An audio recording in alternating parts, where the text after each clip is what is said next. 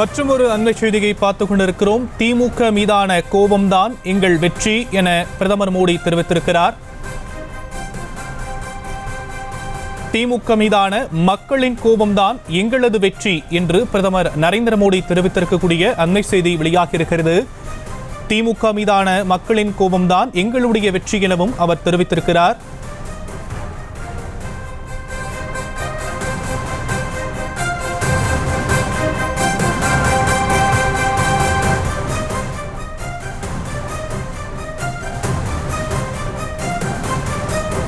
திமுக மீதான மக்களின் கோபம்தான் எங்களுடைய வெற்றி என்று பிரதமர் நரேந்திர மோடி தெரிவித்திருக்கக்கூடிய அண்மை செய்தி தொடர்பான விவரங்களை நம்முடைய செய்தியாளர் மதியழகன் வழங்க நாம் கேட்கலாம்.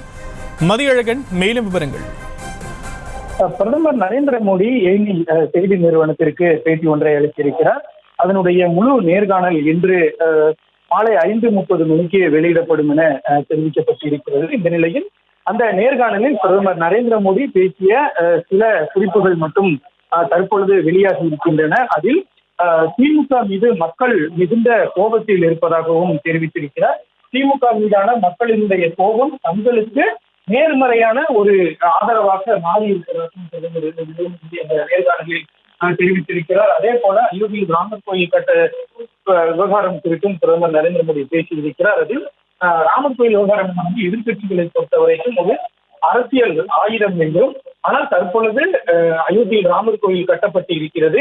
எனவே இந்த விவகாரம் தற்பொழுது எதிர்கட்சிகளினுடைய கைகளை விட்டு சென்று விட்டதாகவும் பிரதமர் நரேந்திர மோடி அந்த நேர்காணலில் தெரிவித்திருக்கிறார்.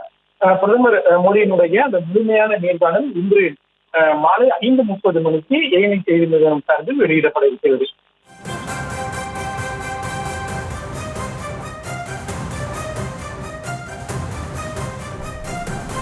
விரிவான விவரங்களுக்கு நன்றி மதியழகன்.